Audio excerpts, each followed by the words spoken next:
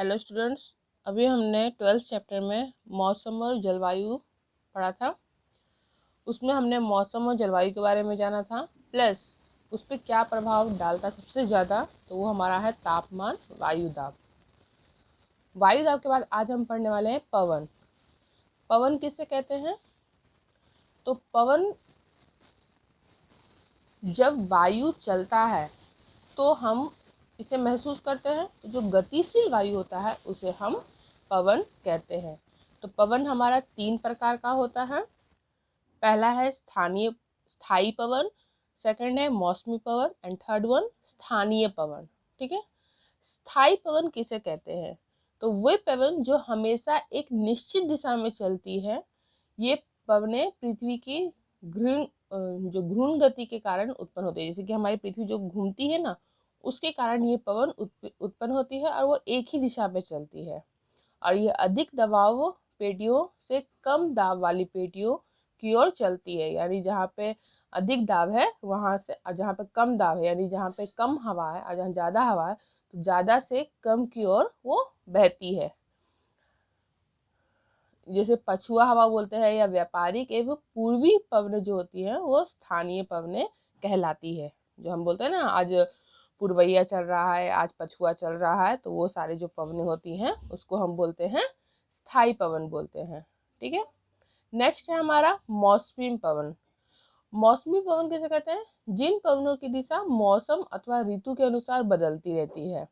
जैसे कि जब पवने की दिशा विभिन्न ऋतुओं में बदलती रहे तो इन्हें मौसमी पवन कहते हैं। जैसे मानसूनी पवने, प्रति चक्रवात इत्यादि, ये सारी जो पवनें होती हैं उसको हम बोलते हैं मौसमी पवन कहते हैं, जो मौसम के अनुसार बदलते हैं।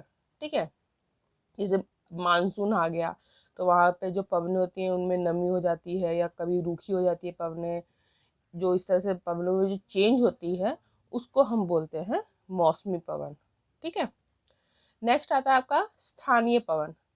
स्थानीय पवन जो जैसे वर्षा के किसी विशेष समय और विशेष भूखंड या स्थानों पर चलने वाली हवाएं स्थानीय पवन कहलाती है। जैसे उत्तर भारत के मैदानी भाग में मई जून में चलने वाली गर्म हवा, लू, जैसे लू चलता है ना, लू हर जगह नहीं चलता है, जैसे साउथ में लू नहीं चलता है और उत्तर भारत में लू चलता है गर्मियों में। तो स्थानीय पवन जो स्थान से इंडिकेट करता है, स्थान के द्वारा वो पवन बहता है। जैसे किसी स्थान, निश्चित स्थान पे वो पवन बहती है और बाकी सब जगह नहीं बहती है, तो उसको हम बोलते हैं स्थानीय पवन। ठीक है।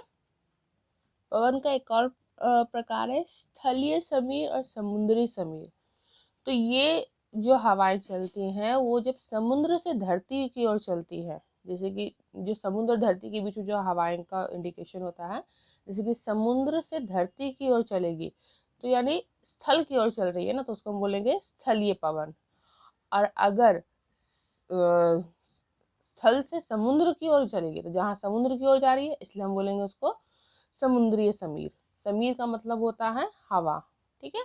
तो जिस ओर चलेगी उसी से उसका नाम याद रखना है आपको। अगर स्थल की ओर, मतलब समुद्र से स्थल की ओर चल रही है तो स्थलीय समीर, और अगर स्थल से समुद्र की ओर चल रही है तो समुद्री समीर। यानी जिस ओर चलेगी उसी से उसका नाम आपको याद रखना है। समुद्री समीर किसे कहेंगे? जो स्थल से समुद्र की ओर चलेगा। और स्थलीय समीर किसे कहेंगे? जो समुद्र से स्थल की ओर चलेगा। ठीक है। नाम से ही आप इसका नाम याद कर सकते हैं। और कुछ सामान्य मौसमी घटनाएं होती हैं, जैसे कि संपूर्ण विश्व में मौसम से संबंधित बहुत सारी घटनाएं होती हैं। हर जगह का एटमॉस्फेयर एक जैसा नहीं होता है, जिसका जो है व्यापार में मतलब व्यापक और प्रभाव स्थानीय लोगों के जीवन पे पड़ता है। ठीक है। अब हम देखेंगे चक्रवात। ठीक है। नेक्स्ट वीडियो में हम चक्रवात के बारे में पढ़ेंगे। ठीक है। Thank you.